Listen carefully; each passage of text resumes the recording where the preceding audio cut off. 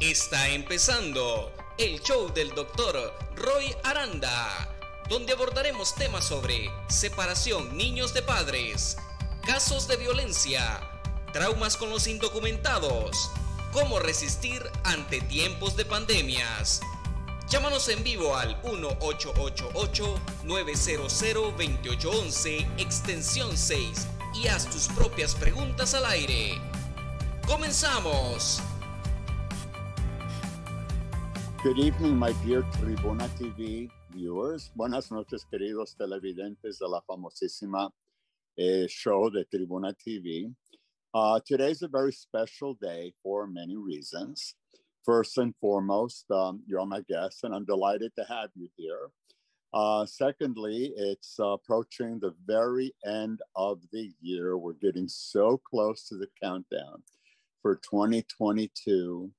And I have to tell you, I really believe that 2022 just rolls off my mouth, my lips, so much more smoothly than 2021. I don't know about you, Peter, but I think 2022 has a nicer ring to it. So I'm sort of hoping that with what we have planned for you in the show today, that like you'll agree with me that there are things that are positive. Looking forward to 2022. Also, it's my birthday.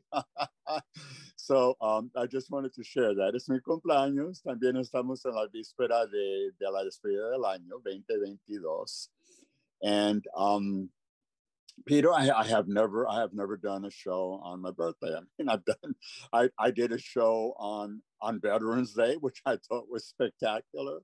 I did a show on 9/11, commemorating the 20th anniversary of 9/11, which I thought was really wonderful to do a show on the 20th anniversary.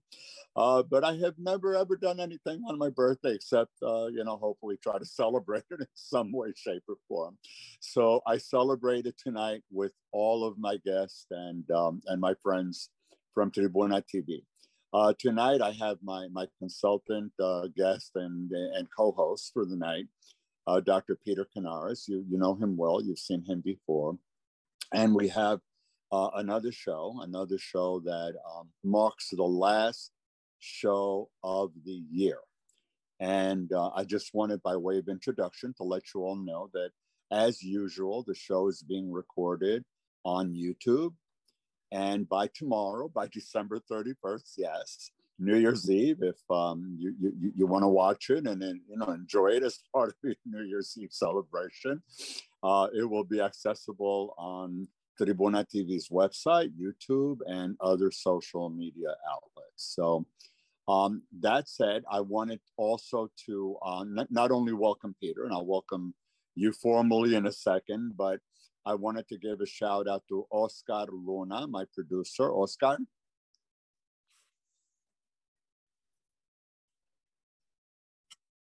Os- uh, Oscar is responsible, of course, for all of the video components of the show, for organizing it, and he's a key player. Without him, we wouldn't have this show. And I wanted to give a shout out also to the director, Emilio Ruiz, and to Ezequiel, who I believe, Penado, who I believe is in El Salvador, probably eating some pupusas right now, getting ready for pupusas for Christmas. So that would be my guess.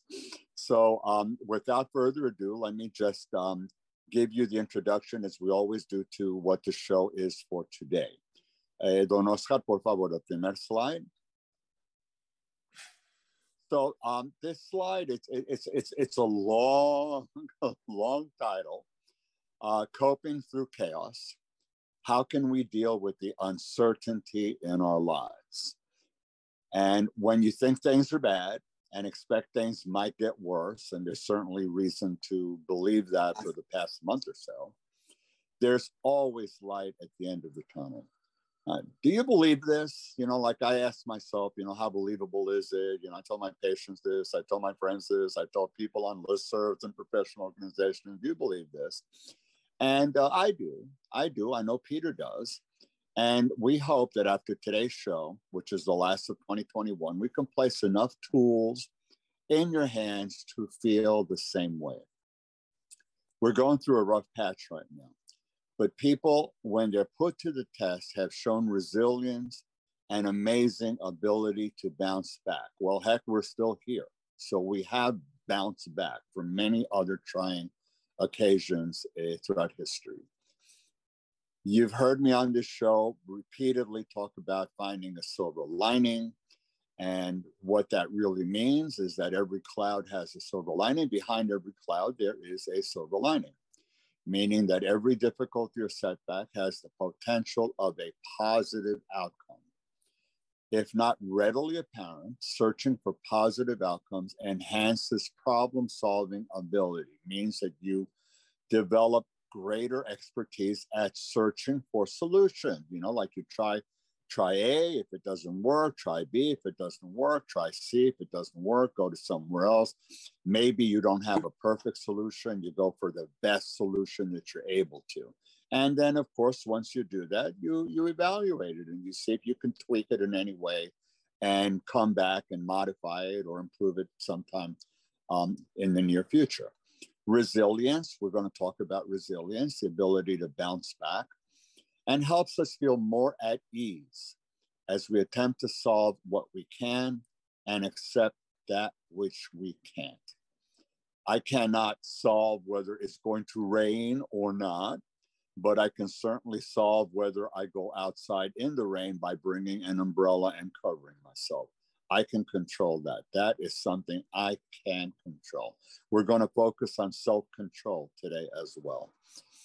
We must face our fears and reset our focus. In other words, you cannot fall victim and prey to your fear, just succumb to it and give up, have a give up attitude. You have to get off the horse and go forward again. Dr. Peter Canaris and I will review some of the tools that will help you take control of your life, shape your goals, and stay on course towards achieving them. I have dedicated every show for some time now. I've always reached out and made a dedication. Today, I am dedicating the show to all viewers of Tribuna TV and anyone else who chooses to watch the show on YouTube or on social media and has not availed themselves directly of watching it on Tribuna TV. This show is dedicated to the public, basically, to all viewers.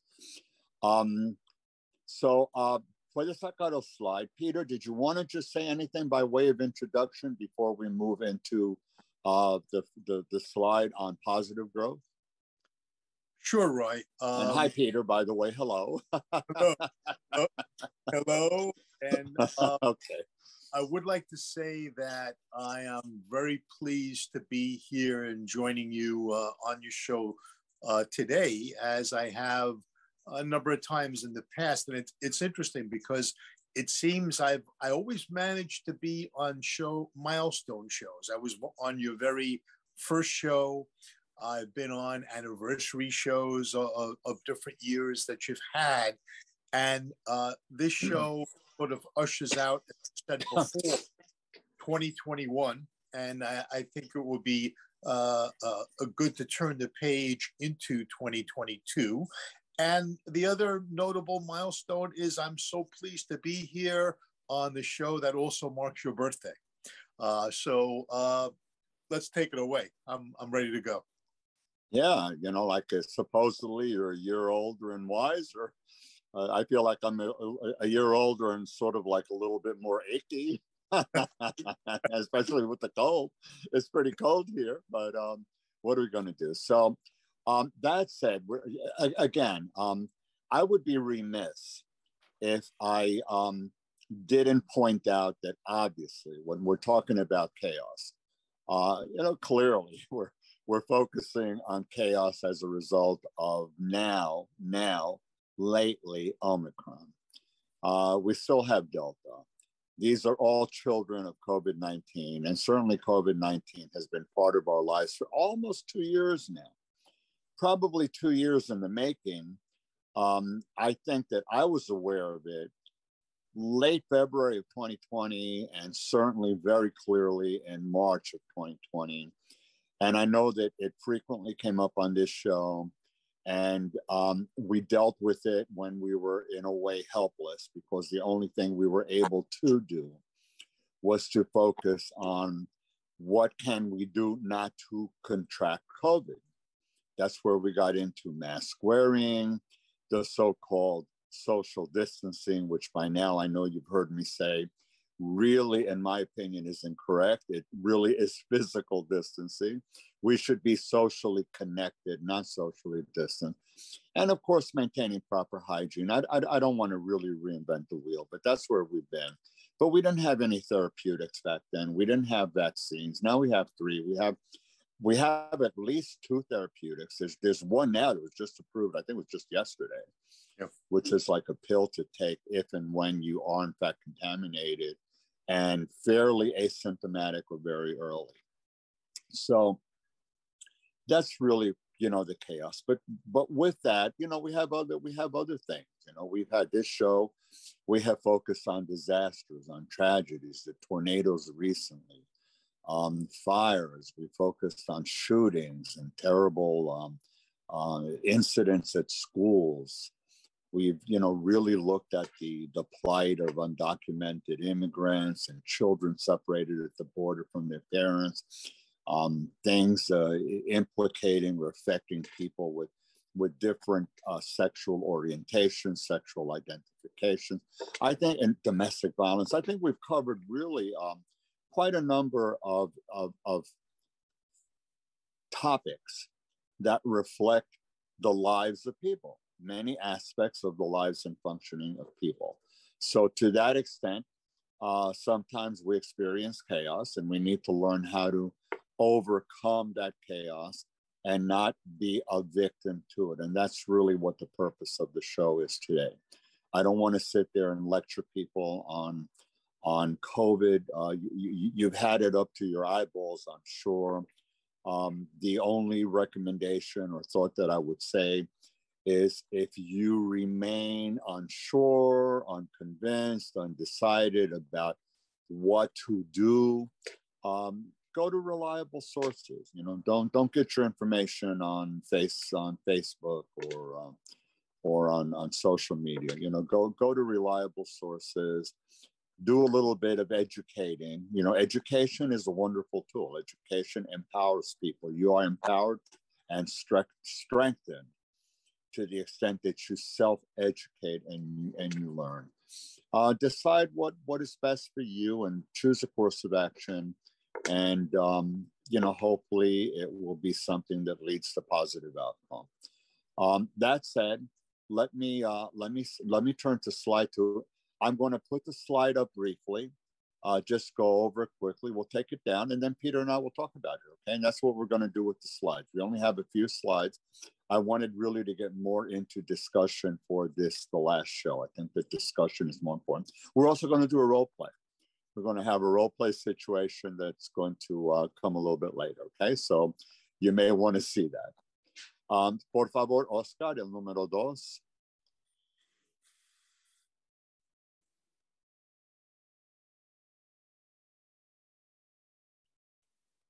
Dime cuando ya está. Okay. Oh, there it is. Okay.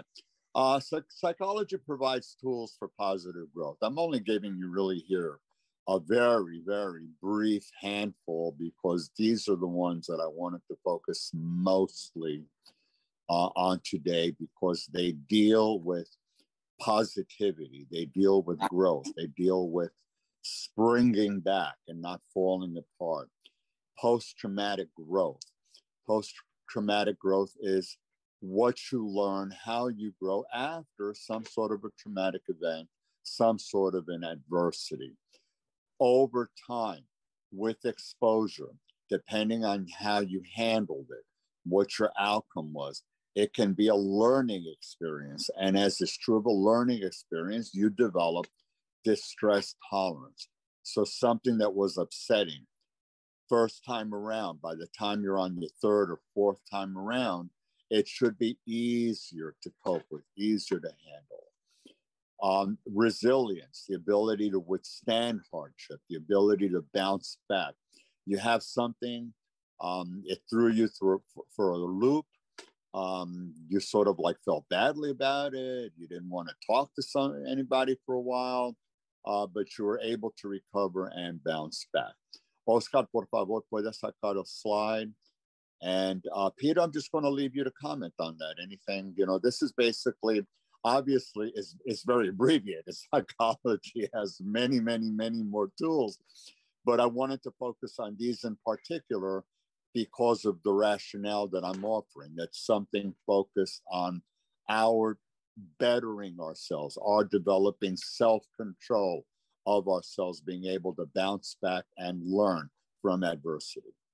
Yes. Well, Roy, with resilience, some people believe, well, either you're born with it or you're not. You either have it or you don't.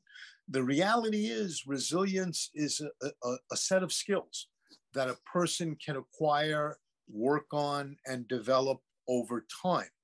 And of course, adversity gives us that opportunity to develop those skills, developing social skills and a support network of other people is one aspect of resilience that's so important.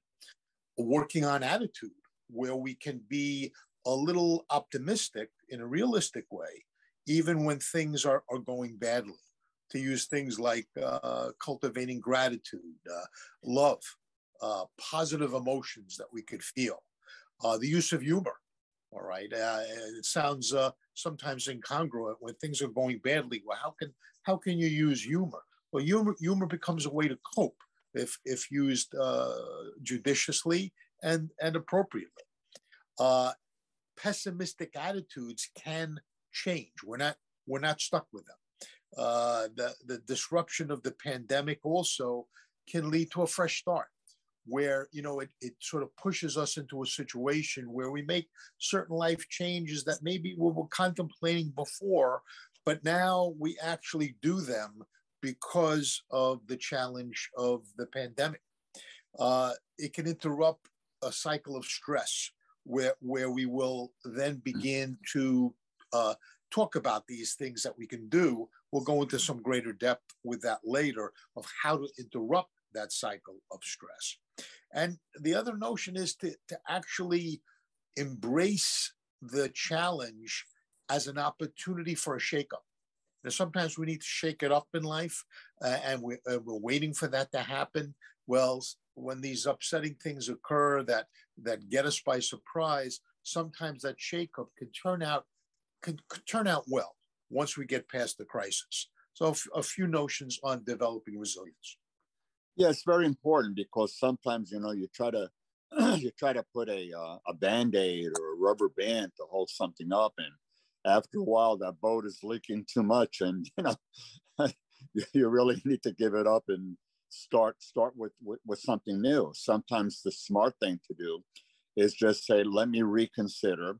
Let me go back to the beginning if I had to do it, or here's the problem. What are some steps that I might want to consider or follow now, and not necessarily be stuck in the same type of a problem-solving orientation or routine that has, had ups and downs for you and you haven't been very happy. In terms of positive things that we were able to develop from, or not from, but as a result of the pandemic. I mean, I became far more technologically savvy, and I'm sure that many of our viewers are. Just the fact that they're logging in and things like that, and using Tribuna TV's website and YouTube is showing a greater expertise. I was able to do a fundraiser when Haiti had that devastating earthquake. There was absolutely no way I was going to go to Haiti. I just wasn't in any way able to physically travel there. But I did a wonderful fundraiser through Zoom, and there were video as we're doing it now. People, interacting and conversing, and we were able to have a show and provide some of the needed resources that the people that were so terribly devastated by that earthquake were experiencing. So that's obviously, that in and of itself is something that's positive. Okay. Right. Sometimes I'll use the expression of when a crisis occurs, I'll call it an unwanted opportunity.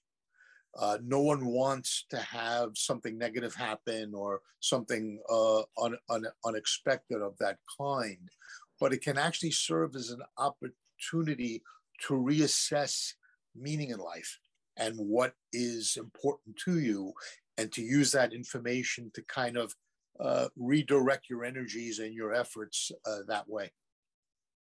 Our skills to work with people who were in some way traumatized came as a result of these people being traumatized. We didn't know ahead of time. We didn't know what PTSD was until people were presenting with symptoms of PTSD. And we, meaning psychologists and other mental health professionals, began to study it. It wasn't even called PTSD at the time. And we saw commonalities, and then a lot of research was able to be done, and we were able to put together some sort of interventions dealing with very early emotional first aid to what some of the resources are over time when people are still suffering from it, and what are some of the kinds of tools or techniques that they may need to further recover, and recognizing that it could be something that might take 2, 3, 4 years. So this is something that wasn't just you picked up a book and there it was. You know, we learned this at the heels of people having needs, and this is true in medicine also. Medical miracles and discoveries were done because there was research being done as a result of diseases and illnesses. The same thing can be said for vaccines for COVID. We didn't have something in the closet waiting. You know, there it is. There's something we have a cure there. No, it had to be created. It had to be developed. Oscar, por favor, slide 3, el 3. This is fairly quite a number of steps. I'm going to keep it up for a little bit longer, and I just want to go over some of the things. Then we'll take it down, and Peter and I will go over some of these things in greater detail. Oh, I do encourage the viewers, by the way, take photos of these slides if you want. And if you are not able to, by all means, you can take screenshots by tomorrow. You know, just so when you have the video recording, you know, feel free to take screenshots. So self-control steps. I provided what I think is a reasonable, comprehensive set of things that are available to people, and some of the steps that are necessary to follow, starting, you know, pretty much from the beginning, and then going forward. You know, the first thing is you have to face your problem. I know that in order for you to face the problem, I didn't put it here, but you have to recognize that there is a problem. Okay, you can't face it if you don't recognize it. So you have to recognize, oh wow, you know, like this is an issue for me, and then you have to face it. You have to confront it. Okay, and I recognize this is something that I have to. This is a problem for me. I have to do something about it. What are your needs? What do you need vis-a-vis COVID? What do you need vis-a-vis looking for new employment? What are your needs vis-a-vis you're moving from one place to another? You have, you know, health issues. Other kinds of things. You want to buy a new car. What are your needs? What is meaningful to you? This thing about what is meaningful to you is not necessarily cast in stone. What was meaningful to you as an adolescent, a young adult, may not be as meaningful to you as a middle-aged adult or as an elderly adult. So it's something that has to be in time. Something that has to be in actual time. What's meaningful to you? You need to set goals. What are your short goals and long-term goals? People seem to sort of get stuck with this because, you know, I often work with patients or people, you know, just talking to people who are not even patients, and they jump from one thing to another, and you know, like it's clear that they're mixing and they're not sure the difference between short goals and long-term goals. There's no minimum number of short-term goals or long-term goals that you have to have. Again, it's going to be specific to a large extent to what's meaningful to you. So short-term goal in general is probably something more in the range of three months, 2 to 4 months, somewhere in that range, probably not much more than 6 months, where you start getting into mid-range. You do have mid-range, and then long-term is really more like probably pushing closer to the 2-year mark and beyond that. You have to prioritize them. You know, what is most important to you. You know, if you're unemployed, finding a job is probably a higher priority than worrying about where you are going to spend the holidays. You know, not that you should think about spending the holiday somewhere, but you know, you do have to prioritize. You know, what is more important to you. You have to like plan ahead. So you've already had some idea of what your goals are. You're trying to prioritize them. What do you do now? How are you going to plan going forward? A lot of this will depend on what your skills are, what your strengths are, what are your coping skills.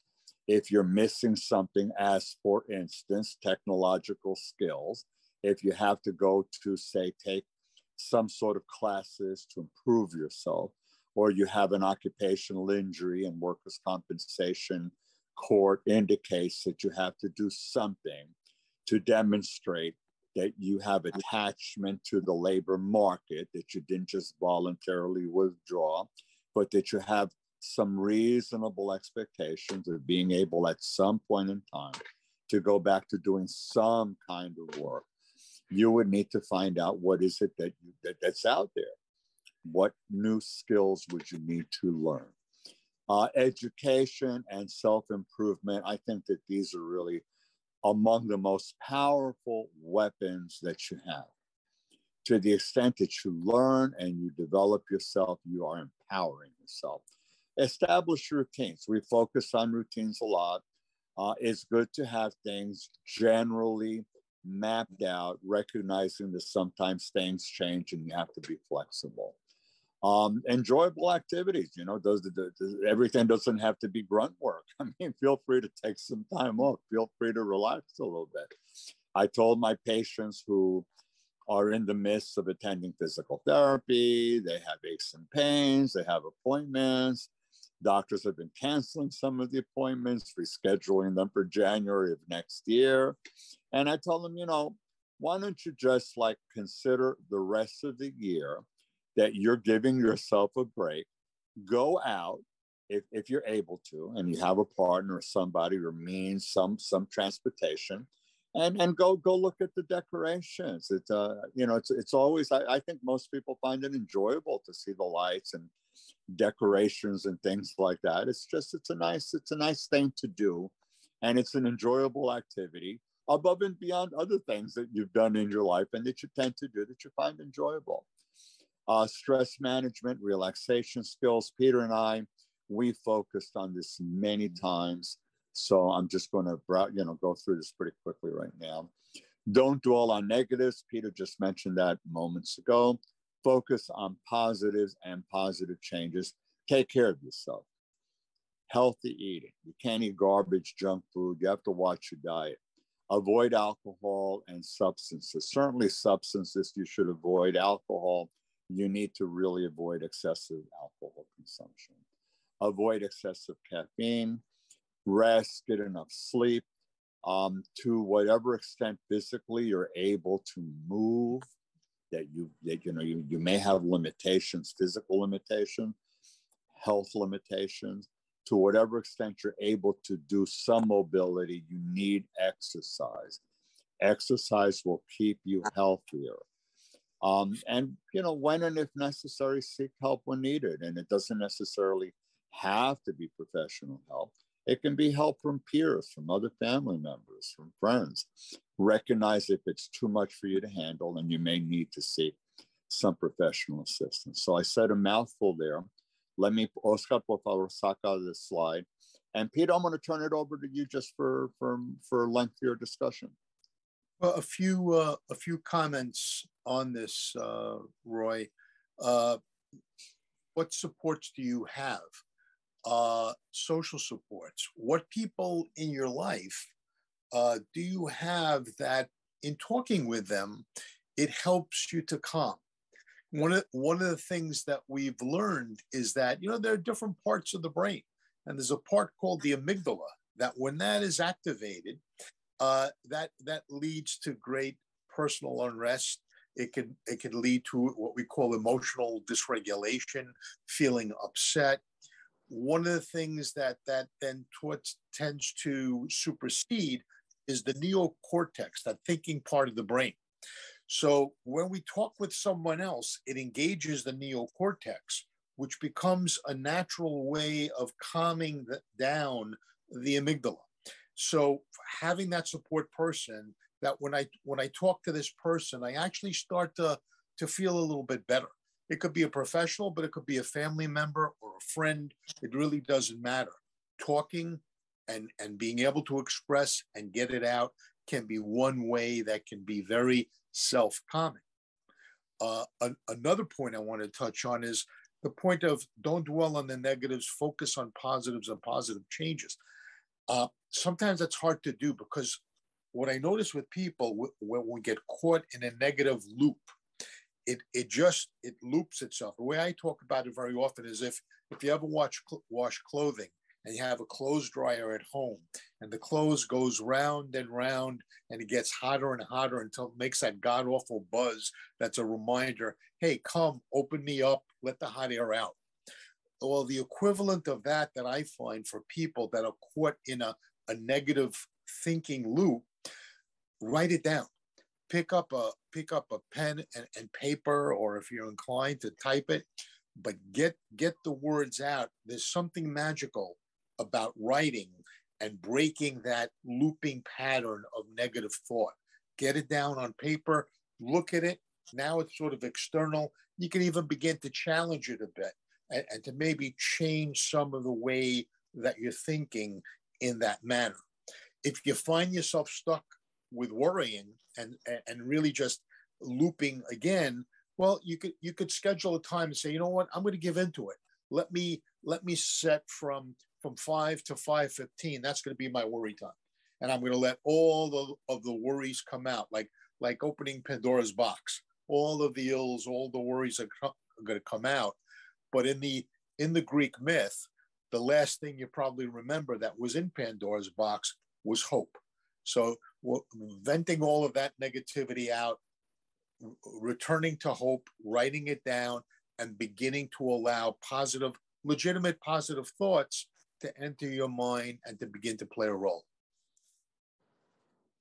Yeah, the negative thing is something that if you're not careful, it becomes sort of like a vicious cycle. It's sort of like a vortex, or you're going down the drain, and you keep repeating it. And as you repeat it, you start escalating it.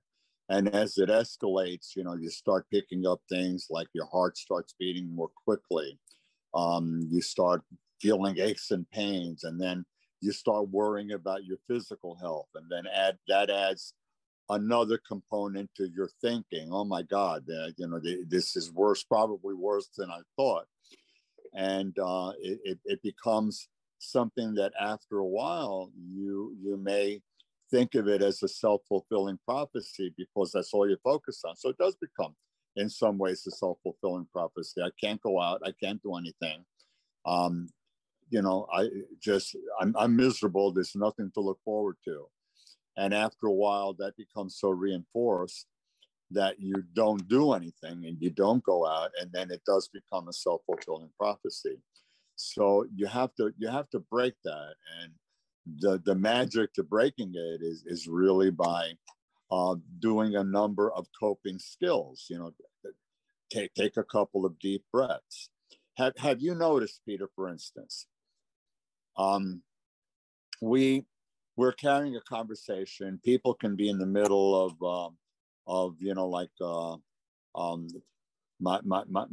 my left shoulder hurts, something's going on, and all of a sudden the telephone rings. The moment the telephone rings, your mind goes completely off whatever it is that you were thinking about, You're no longer thinking about your left shoulder hurting you. Yes. You're no longer dwelling on whatever it is. You were interrupted. You had a thought interruption by an outside distraction, the phone ring. Now, of course, you know, you can't necessarily in life depend on the phone to ring every time you're feeling down. Yeah. But you, the viewers, who are stuck with this kind of negative thinking, can do things to break the cycle yourselves. Set the phone to ring, turn the TV on, get up, walk to the bathroom, wash your face with cold water, go to the kitchen, pour yourself a glass of water, decide to make yourself a cup of tea, pour some orange juice, make some oatmeal, pick up the phone, call somebody, text somebody, have a video Zoom conversation or connection or on WhatsApp, you know, connect with somebody or FaceTime. Pick up a book. I mean, these are things that you can do that will interrupt that. Yeah. So, you know, the proof is very clear. It's very obvious. You know, what you're describing, Roy, is really finding your own way that's useful, and it may change over time. It may not always be the same, of breaking that cycle of negative thinking. Some of my favorites, simple things. One is walking in nature and just going outside and looking, if I could see some grass or a tree, or in the winter, maybe even snow, whatever the case may be, it has, there's a natural meditation to it when you really allow yourself to get out of your thinking and to focus on the uniqueness and the beauty of nature. Another thing I like very much is music. Music that I enjoy to plug into. Music has a way of sort of breaking that negative cycle and getting into whether it's songs or instrumentals, whatever the music is that you enjoy, that can have that effect. Breathing, just focusing for a few moments on some deep breathing, diaphragmatic breathing, and then just a regular pattern of your breathing can be helpful in breaking it. And another thing for people that enjoy or have pets, and I know Roy is a believer in that, the calming, just soulful, enjoyable feeling that we have if you have a pet. So if you're a pet person or inclined to even try having a pet, that's another way that can be very useful in breaking that feeling and changing it and developing a greater sense of calm. They distract you often enough also. Yes. So, yes. You know, and the nice thing about pets, they don't ask for allowances. They don't ask your permission to go dating. They don't spend nights out. So, you know, they're always happy to see you. Boy, as you say that, though, I could see that you've never owned a talking bird, because I've had requests for my talking bird in the past. So you got to be careful with that. You know, I have Paco. I have Paco in the other room. I have my Paco, the macaw, a blue and gold macaw in the other room, and he lets you know what he's thinking now and then. But the thing with music that you brought up, and the positive things, and certainly music, I do want to let the viewers know that music has neurological impact. It affects the brain. It feeds the brain. It's healthy for the brain. So when you are actually listening to music and focusing on music as well, and movement, dancing, for instance, these have neurological consequences that are very healthy, that are very good for you. So this is something that's very, very, very, very important. Yeah.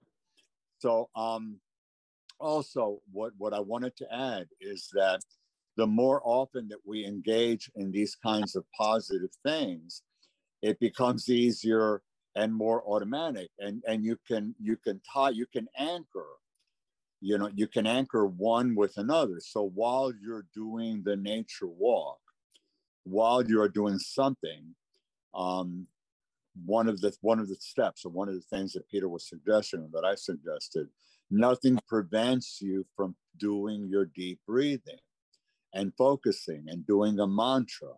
Now, the classical traditional mantra is Om, Om. With many of my patients who are Hispanic, I tell them, tranquilo, calmado, relajado, tranquilo, calmado, relajado. And in English, calm, relax, calm, relax. I sort of prefer real words to the Om, frankly, Peter. I think that, to me, it has a little bit more meaning. But nothing prevents doing the deep breathing and doing some of this, like a mantra, some of that. Other things you can do, engage in imagery. You can do visual imagery. It's not just a question of breathing, but you can grab a magazine. National Geographic is wonderful for this. Look at the sceneries in the magazine, like I said, National Geographic, for instance, and pick something that really strikes you. Look at it, close your eyes, and then with your eyes closed, try to visualize that imagery. There's going to be a lot of things that you miss. You'll have a general good view of it, but you're going to miss a lot of it. Open your eyes, look at it again, and focus on the things that you missed. Scan, look at it, close your eyes again, take another look inside your mind's eye with your eyes closed. Your image now, with your eyes closed in your brain, is going to be clearer. You will have filled in more of the gaps. You continue to do that for a while until that image is pretty clear in your mind. You don't need the magazine anymore. And there are other wonderful things that you can do with it. The other wonderful things that you can do with it are to pretend that you're there. You put yourself there. What does it feel like? Is it warm? Is it cold? Is there wind? Can you hear the wind blowing against the trees, the leaves? What sounds do you hear? What smells are there? Do you smell the pine trees? I'm giving you here, pretty much some imagery kinds of training. But obviously with nature walks, it makes sense. It makes sense. Look at the trees. Do you know, Peter, how often or how many times people walk out of their homes and they can't even tell you, like there's a tree in front of their house, or to the left of the house, or describe it, or describe the cracks on the sidewalk. It's just that they take it for granted. They just don't know. And when you actually put some effort in going out and you're on a mission to see, look, that is wonderful. Same thing with food. People gulp food down, they gulp it, they don't savor it, they don't look at the texture, they don't look at the color, they don't think to smell it.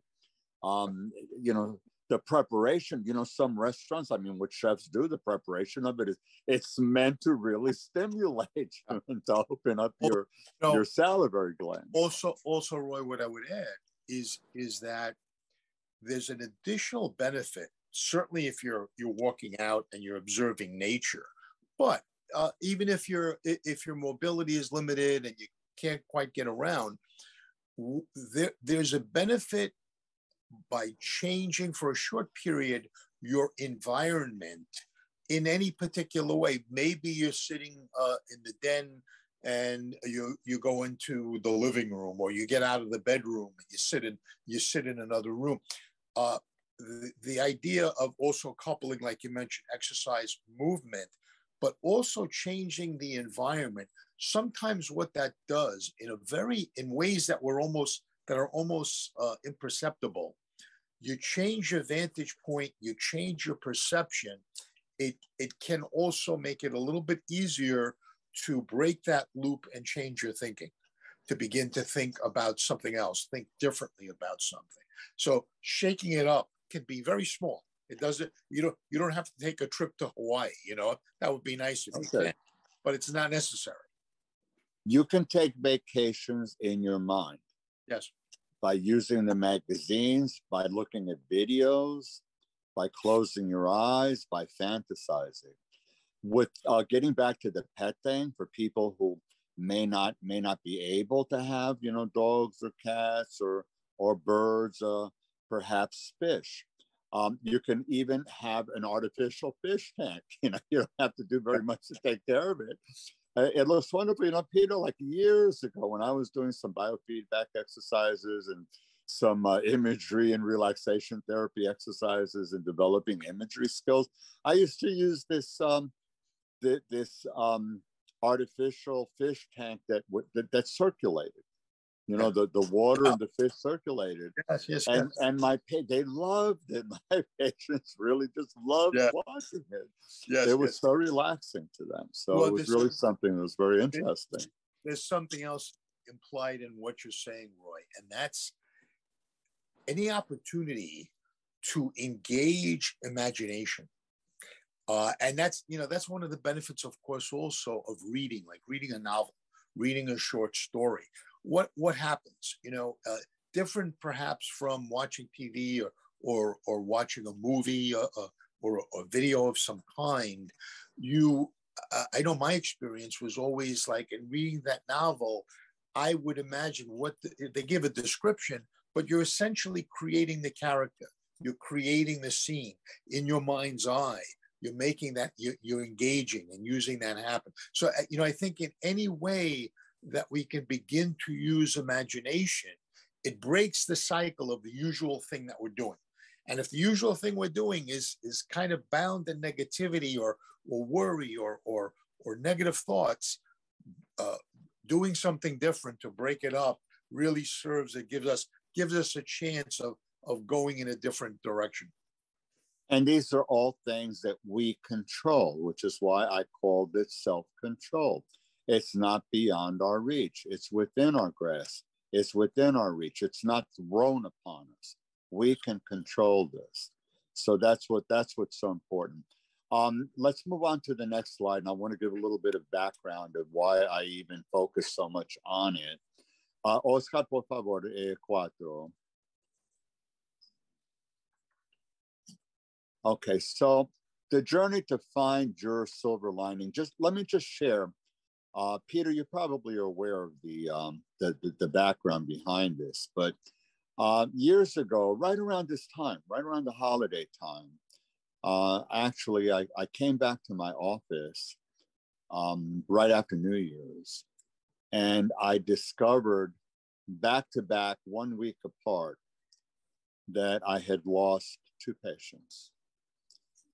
And in my mind, I was looking at the faces. I saw the images of the patients, and I remember asking them prior to the festivity what they were planning to do, what kind of thoughts they had for making New Year's resolutions and things like that. What were their aspirations? And I remember the smiling face of the first patient when I went and I saw that, and I felt really devastated. I mean, I found out right then and there. Go back to the office, and it was very hard for me to work with patients that day. I was having difficulty. I was feeling like my heart was racing. I had to take a break and do some deep breathing myself. And when I did that, it helped. It helped sort of recover the breathing, slowed the breathing down. I sort of restored a little bit of stability. When I got home, I thought and pondered about it a lot. And then I had the loss of another patient, and that's when I actually wrote. I put pen to the paper and I wrote about it. I don't know if you remember, Peter. I wrote something about the loss of the patient when the patient died. And it was after that I had many other psychologist peers respond. And I decided that we really needed to do something because, none of us is imminently trained in coping with losses. And that was how the genesis started of the Death and Dying Conference that I put together, I think about 4 or so years ago. And we've had it every year since then, except we're due one. We're doing now. We're doing this year. But silver lining became sort of like a mantra for me because it meant that we have clouds and you're still going to be able to find a silver lining.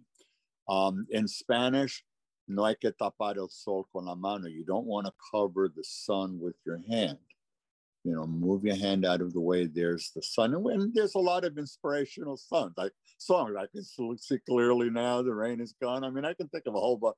We are the champions of the world. I mean, there's all of these positive, inspirational songs, part of music that I would recommend people. If you're down, focus on more upbeat kinds of music, not the music that will put tears in your eyes. You may want to put those on a side burner a little bit.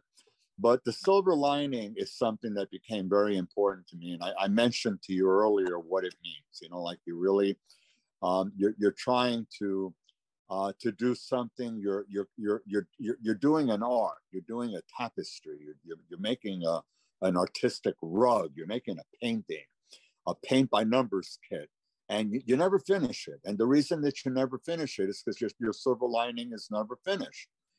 There's always going to be an opportunity to make a modification, add a little stroke of the brush here, put something new at this corner over here, add a little something here, get rid of this, it didn't work very much to your liking, eliminate it, paint over it. It's a work forever in progress, but it's something that's very inspirational doing it and going forward. So it's a journey. It's a journey. Like many journeys, it's a gradual process. You take small steps. I will share with you that a patient told me just today, I'm trying to feel a little more normal. And I thought to myself, oh my, I have to use that on this show because this so fits with the message that Peter and I are trying to give, one of going forward. I'm trying to feel a little more normal. And I'm, just to share, she told me several things that she was actually doing in order to feel more normal.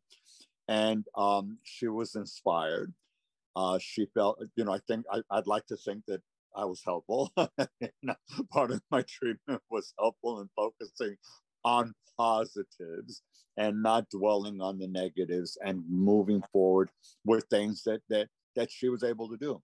And I just wanted to share that with you. I'm trying to feel a little more normal, and that's fine.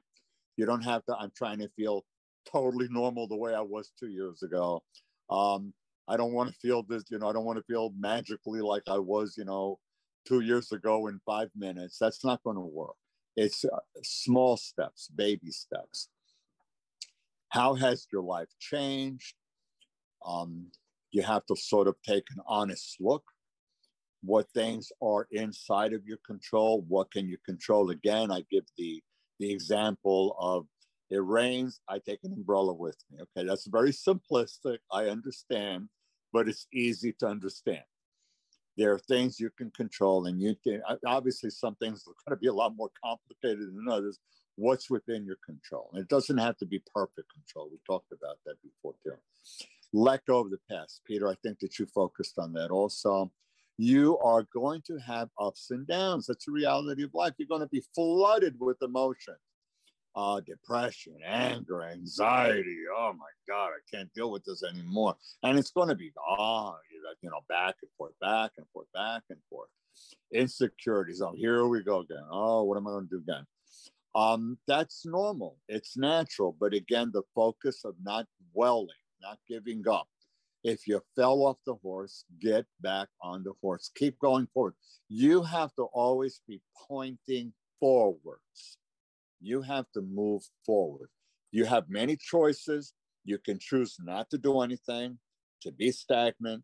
You can choose to go backwards. But I think your focus is forwards, and you will find a better way. I'm not going to say it's a perfect way, but it's going to be a better way.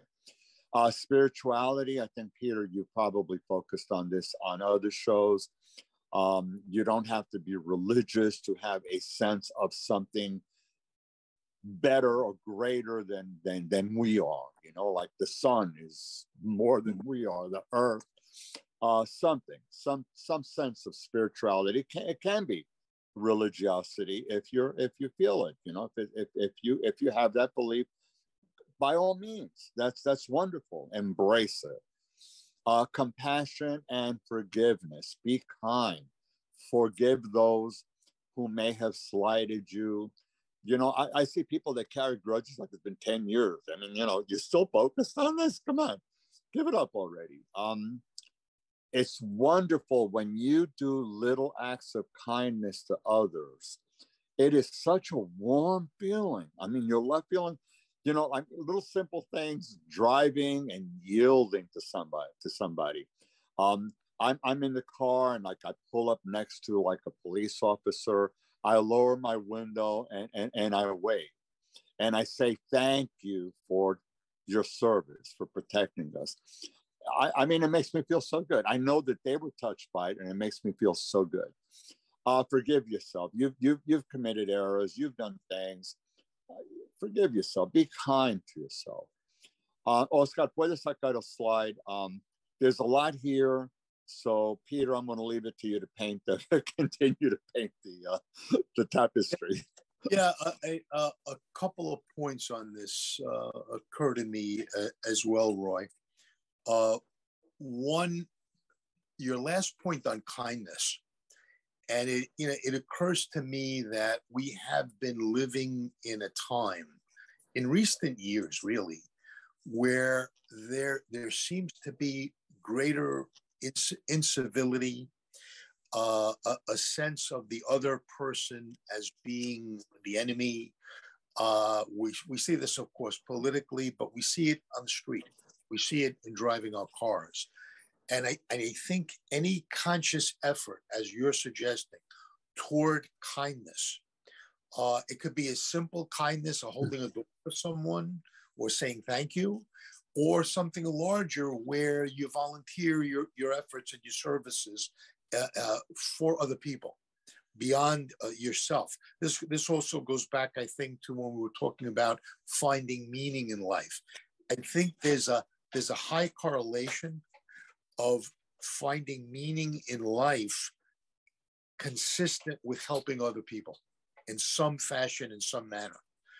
There are other ways to find meaning, I know, but I think there's a tendency for it to be if I'm giving of myself, if I'm helping someone else in some way, somehow meaning is imbued in that, is consistent with that. So that's one thought. Another thought, which really goes back to the larger issue of the show, which is living with uncertainty, and living with uncertainty to the point of what things can you control? Well, control is sort of a pet concept of mine, because I really don't believe in control. I think that this universe is so large and there are so many variables and factors that are beyond our control in this life that it's so frightening, because we want to have at least the illusion of control for ourselves. And when big things happen that are bad, major kinds of events, it is this shock to the system, this rude reminder that we really don't have the control that we thought we had. Okay, so the term that I prefer to control is influence. I might not have control, but I want to exert as much influence over my life, my actions, my decisions, my directions as I possibly can. It's really, mathematically, I look at it as probabilities. I want to maximize the probabilities that I can have a good effect, a good outcome in my life. Do I have control over it? I don't have control, but if I can nudge it a little bit in that direction, I've got a better chance. So the notion of how can I maximize the influence that I exert in my own life is one that I really value. So probably a good way of conceptualizing it is self-management. Yes. Because you're managing, even if it's something that's not inside of your control, you're still trying to manage however you interact with it. And the challenge the challenges in that will be when you hear and you've heard this from patients and people that Harry, he He lived such an exemplary life. He ate properly. He jogged. He did all the things. He went to church on Sunday. He did all of these wonderful things. And you know, Harry, he wound up getting diabetes. He lost a leg. These terrible things. He never smoked a day in his life. I might as well smoke as much as I want because I don't have that control.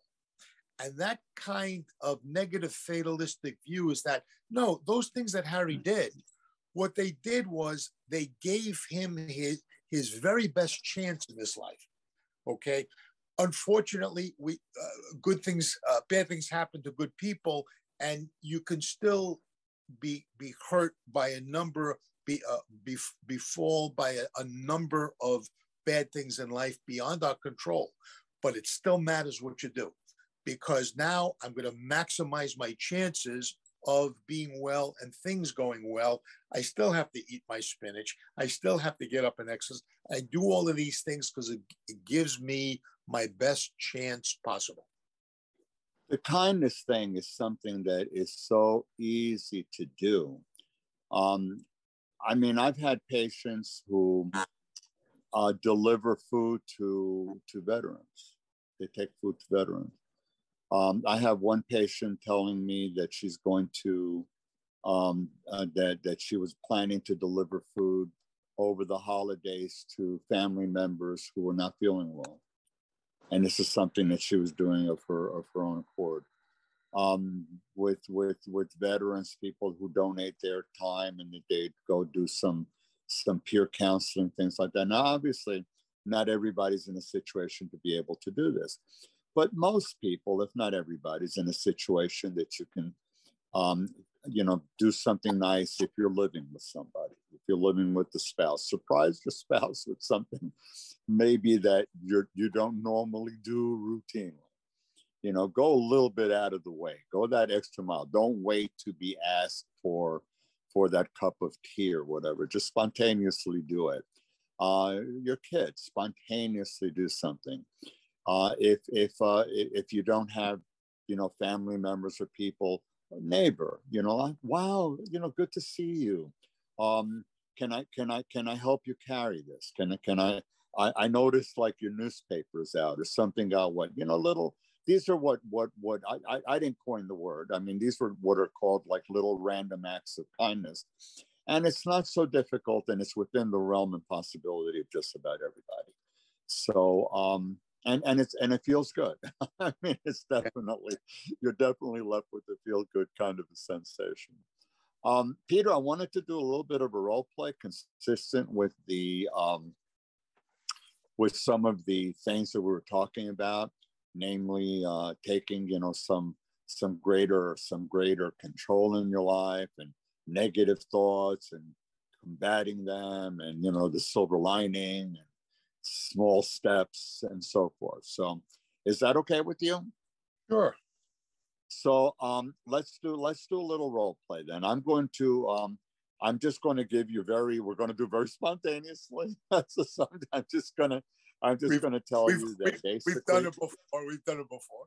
Basically what I'm going to do is basically I'm calling you up because somebody gave me your phone number and recommended you, and I have a couple of issues that are taking place right now, and I'm just feeling blah. I'm just feeling blah and down, and I just need to talk to somebody. Okay? Wait a minute. Is your name Aranda? No, I'm going to be El Professor. No. Okay. So no, I'm just you could just Aranda, I have no openings. I'm sorry. All right, so I'm just going to be Don Juan. I don't want to know more than that. Okay. All right, let's get started. So ring. Yes. Your phone is ringing. Yes. Hello. Hello. May I speak to? Is this Dr. Peter Canaris? Yes. Yes, it is. Yes. Hi. This is Don Juan, and I was given your phone number. I was recommended to call you. Is this an okay time for me to talk to you, or do I need to make a formal appointment, or I'm No, not sure how you work? no, I'm available now, Don. Sure. All right, so I appreciate that. I'm not I haven't done this before, so I'm feeling like a little weird because I've never spoken to a professional before, and I've always handle things on my own. I mean, I've had good jobs. I've been able to do stuff on my own. So I'm feeling a little bit weirded out calling you. Is that like normal? Absolutely normal.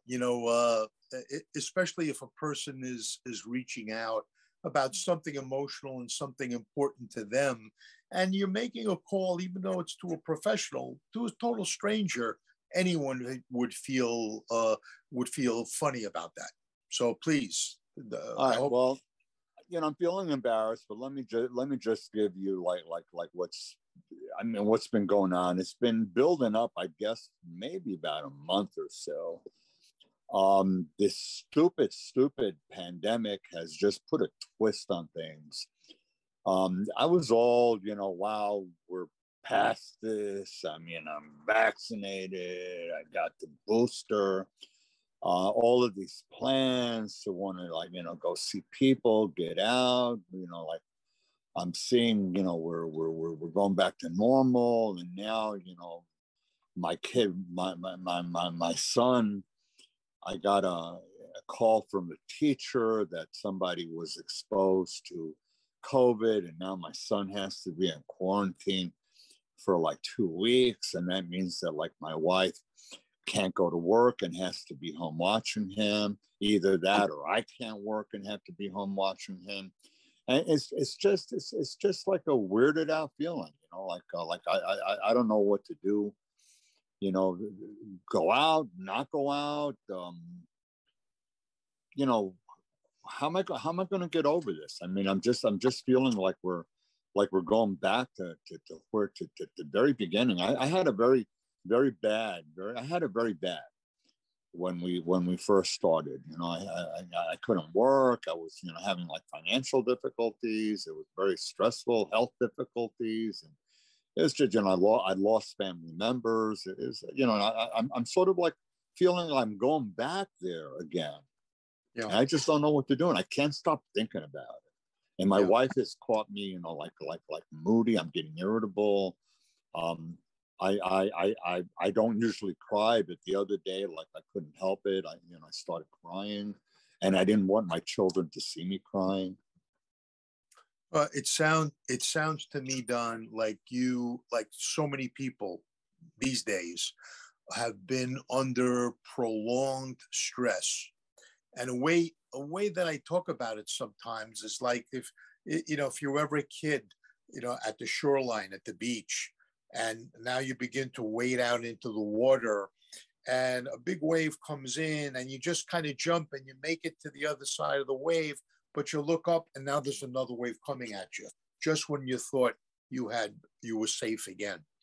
And I think, listen to what you're talking about. Losses of people that you've loved, the great stress of financial worry, having to educate your child, not being able to work, either you or your wife. There is no one in your position that would be just skipping along singing a happy tune at this time. You need to understand that the difficult feelings that you're struggling with right now are normal. They're normal for these abnormal circumstances. But you're reaching out right now. You're taking an initial step to help yourself. You're looking to talk about it. And maybe in working together, we could figure out some ideas and some strategies, because you know what? You've made it through several waves already. So I have a funny feeling I won't have too much to teach you. It's going to be more you and I paying attention to the things you've already applied, and maybe with some new ideas that will help you get back to thriving, surviving, thriving, and increasing your resilience again. So let's look at the calendar, and maybe we could sit down and talk about this. I did have one thing. I just wanted to see if you could like give me some sense, because I have an issue that's coming up for tomorrow. Tomorrow's New Year's Eve. In fact, I'm surprised that you answered the phone today on December 30. I didn't think, frankly, I didn't think that you would answer it. I thought it would go to voicemail. I was almost hoping that it would, because I was feeling really nervous about talking to you. But I'm glad you did answer the phone. But here's the thing. We've been invited by my wife's parents, by my in-laws, to celebrate New Year's, and this is nothing new. I mean, it's been a while that they did the invite, and obviously it's tomorrow. Tomorrow's New Year's Eve, and I'm scared. I mean, I would just as soon not go. I would just as soon just say, no, we're not going, and have a wonderful and safe holiday. I know it's going to cause a problem. I just don't know what to do with this. I just don't know how to handle this one. Yeah. Well, have you spoken with your wife about it in terms of how she feels? She says we're going. Okay. Well, I think you've been through so much and you've had losses.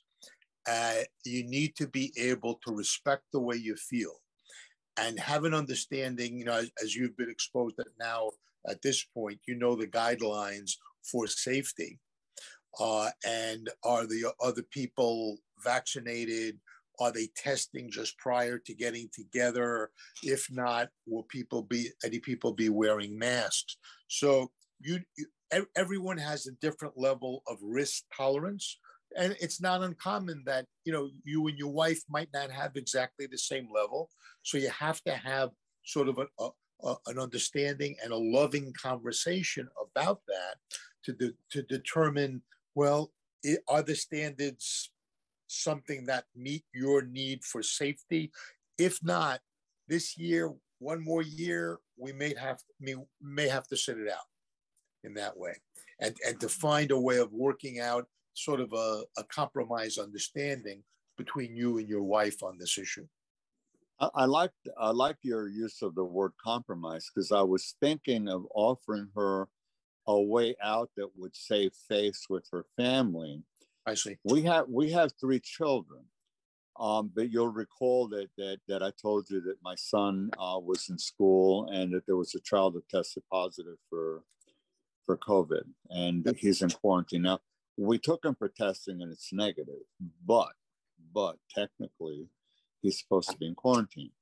I was thinking that maybe what my wife can do is to say how sad I feel about not being able to go because I have to stay behind with Johnny because of the situation from the positive COVID testing, but that we will be available on Zoom and phone calls, and we can sing along and stuff like that.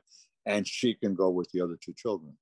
Well, I think that is a very creative and valid thought, and one that also addresses what you're feeling in a sensitive way to your wife's position with her family. So I can't wait to work with you, because I see that once your thought process is engaged, you are able to come up with your own very useful and creative solutions. So when can we meet, or when can we have an appointment, and I'll fill you in on how it went? What's your availability like? I happen to have a Wednesday early evening, if that would fit your schedule. Wednesdays for me in general after 7 p.m. are good. Okay, let's do it. Let's do it next Wednesday. Because I pretty much work, so by then I'm done. On the other side of the holiday, let's set up a meeting for that day. All right, and I'll let you know how it goes. And I mean, if it doesn't go too well, I'll give you a call sooner. You're reachable in case like something bad happens. I can call you. I will look forward to hearing good news from you, but also be prepared if it's not that great. All righty. So listen, thank you so much, Dr. Canaris. It was a pleasure talking to you. Nice talking to you. All righty. So my viewers, that's more or less how it's done. Peter, you'll send me your bill, and of course I'll send it to La Tribuna. So the bill, sir, is we're going to go to a Greek restaurant in the spring outdoors and have some Rizzino or Uzo together. Okay. Well, I really am triple vaccinated now, and who knows? By then I may be boosted a second time. Who knows? Yeah, I'm certainly going to comply with whatever the requirements are. Okay. I think that you do too, and that's my way of trying to stay safe and keeping people around me safe. Don Oscar, por favor, the last slide.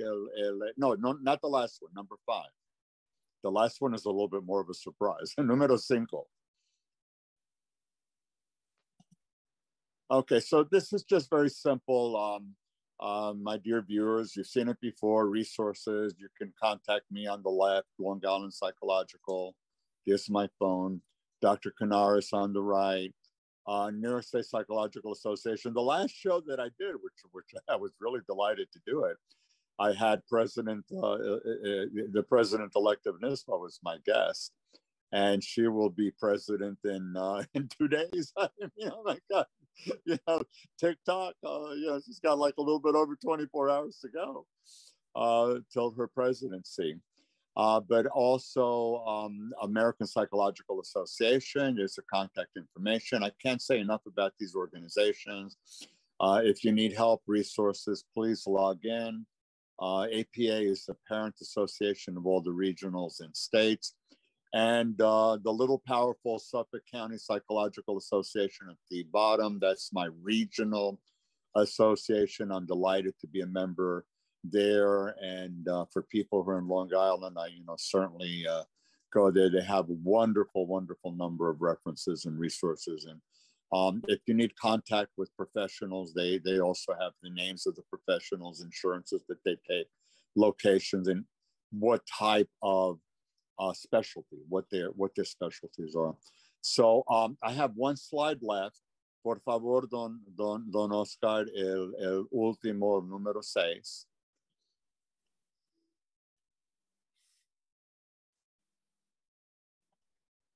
So this is my special. This is my way of, offering my best wishes for all my viewers for Happy New Year 2022. Again, I really like the ring of 2022. It's got 3 2s in there. It sounds way better than 2021. Feliz Año Nuevo 2022. That is a photograph that I took myself. So there's no copyright infringement, YouTube. You don't have to worry about it. It's mine. It's my photo. That is Rockefeller Plaza. That's the Christmas tree. And that is the famous, well, it used to be I think it's the RCA building. I'm not sure, NBC RCA, I lost track of what it's called. But that's the Rockefeller. To me, it's the Rockefeller building. And that's a lovely view, lovely sight. And I was delighted to put it up there, and it makes me feel happy just to look at it. So, puede sacarlo. And Peter, any parting comments? Well, all I would say at this point is I hope that all of us, your viewers, you and I, go into this 2022 exerting our best influence over our lives in the face of whatever uncertainty may lie ahead. In addition to that, sir, I would once again like to wish you a very happy birthday with deep appreciation for the work that you continue to do in donating your time, your skills, your creativity to help people, to help the public, and to do it not only in your office, but to do it in this format of using modern media to try to reach more people. I'm glad to have from time to time to have had a small role in that with you. Well, thank you so much, Peter. I appreciate you professionally and as a friend going back so long. So thank you so much for that. And I by all means, I wish you Happy New Year too. Don Oscar, alguna, I want to recognize Oscar also for, and, to Emilio and Ezequiel also, to all my viewers, really have a wonderful and safe New Year's Eve, and really try to look forward to the best you can. Like my patient said, I just want my life to be a little bit more normal. I think that's fine. Keep an eye on your neighbors, keep an eye on your friends, keep an eye on your families, keep a close eye on your children. Aim for the best. And that said, I will see you el próximo año, and look for the recording tomorrow. So buenas noches a todos. Feliz año nuevo. Good night to everybody. Happy New Year.